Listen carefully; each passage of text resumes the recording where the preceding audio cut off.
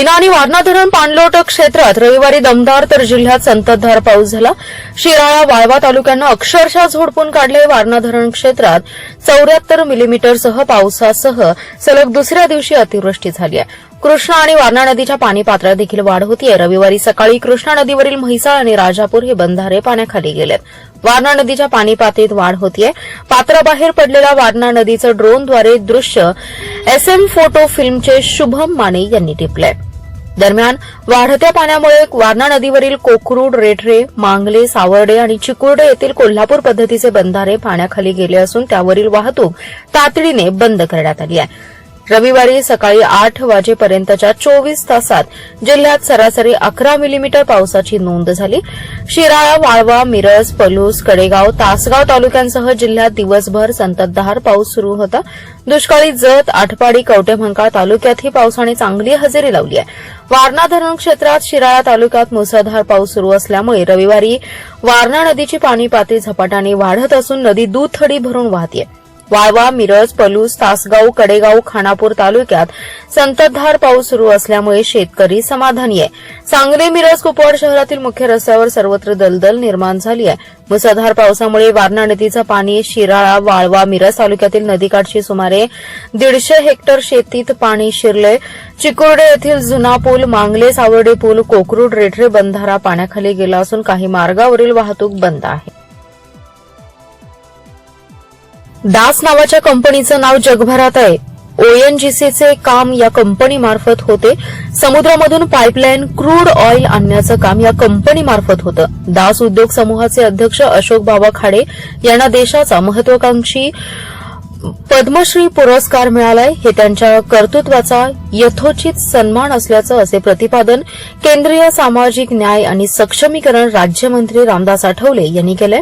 उद्योग क्षेत्रातील भरीव आणि अतुलनीय योगदानाबद्दल महाराष्ट्रातील ज्येष्ठ उद्योजक अशोक खाडे यांना केंद्र शासनाच्या वतीने पद्मश्री पुरस्काराने गौरवण्यात आले।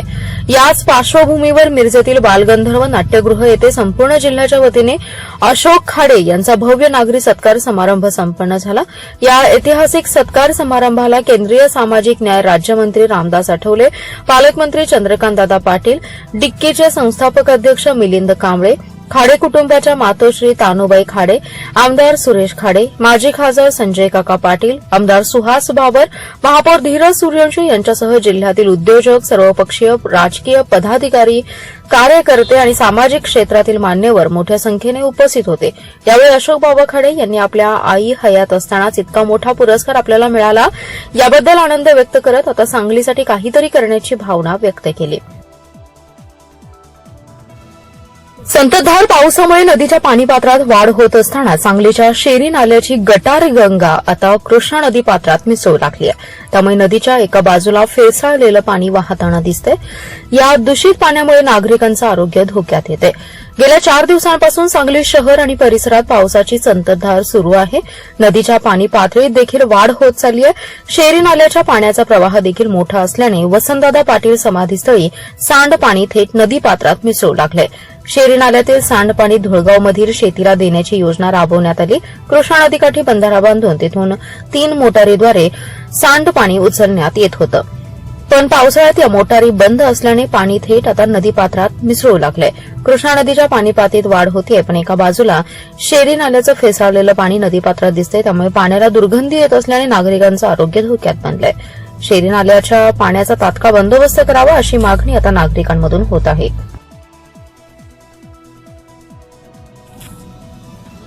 वाळवा आणि शिराळा तालुक्यासह वारणा नदीच्या पाणलोट क्षेत्रात गेल्या 4 दिवसांपासून सुरू असलेल्या संततधार पावसामुळे वारणा नदीच्या पाण्याच्या पातळीत झपाट्याने वाढ होतीये।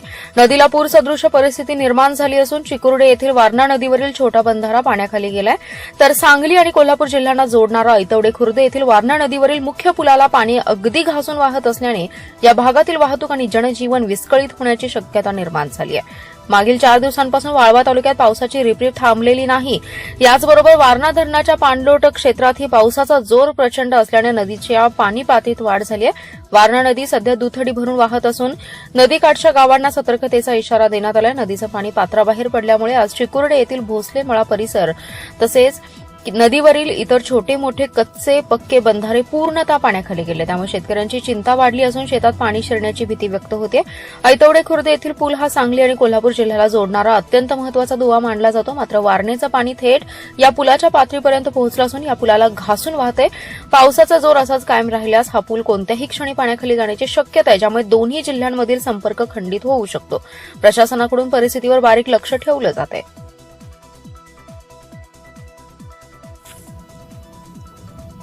तासगाव तालुक्यातील मणेराजुरी सावर्डे रोडवरील दत्तगंगा मल्टीपर्पज हॉलमध्ये उच्च शिक्षित जोडपे आणि सत्यशोधक पद्धतीने विवाह करत समाजासमोर एक आदर्श उभा केलाय.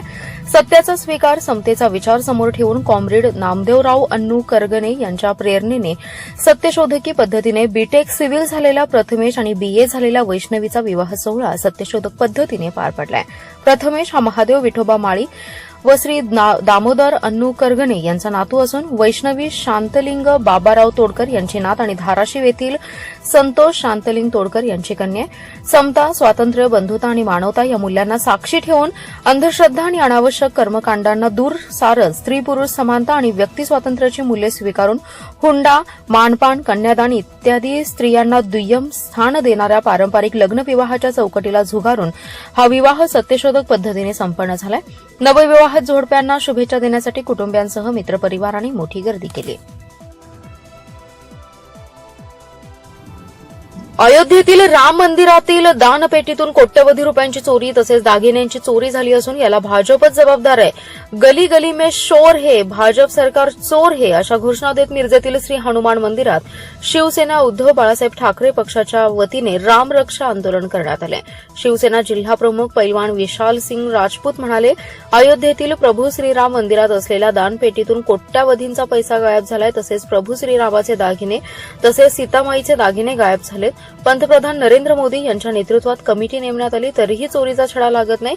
अयोध्येतील दानपेटीतील पैशाचा उपयोग भाजपने आमदार खासदार खरेदी करण्यासाठी केलाय.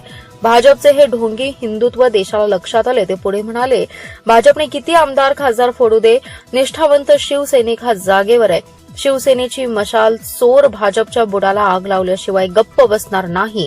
अयोध्येतील श्रीराम मंदिरातील पैसे आणि दागिन्यांची भाजपने चोरी केली असल्याचे संत महंतांनी हिंदुत्वाचं ढोंग करणारी भाजपला चोर म्हणतायत. हिंदुत्वाचे ढोंग करून अयोध्या लुटणाऱ्या भाजपचा धिक्कार करतो असंही जिल्हा प्रमुख पैलवान विशाल सिंग राजपूत म्हणाले.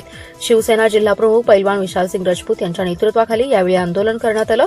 विधानसभा क्षेत्रप्रमुख तानाजी सातपुते, उपजिल्हा प्रमुख महादेव मगदूम, जिल्हा संघटक साजिद पठाण, शिवसेना मिरज शहर प्रमुख बाळासाहेब हत्तेकर यांच्यासह मोठ्या संख्येने शिवसैनिक या आंदोलनामध्ये सहभागी झाले.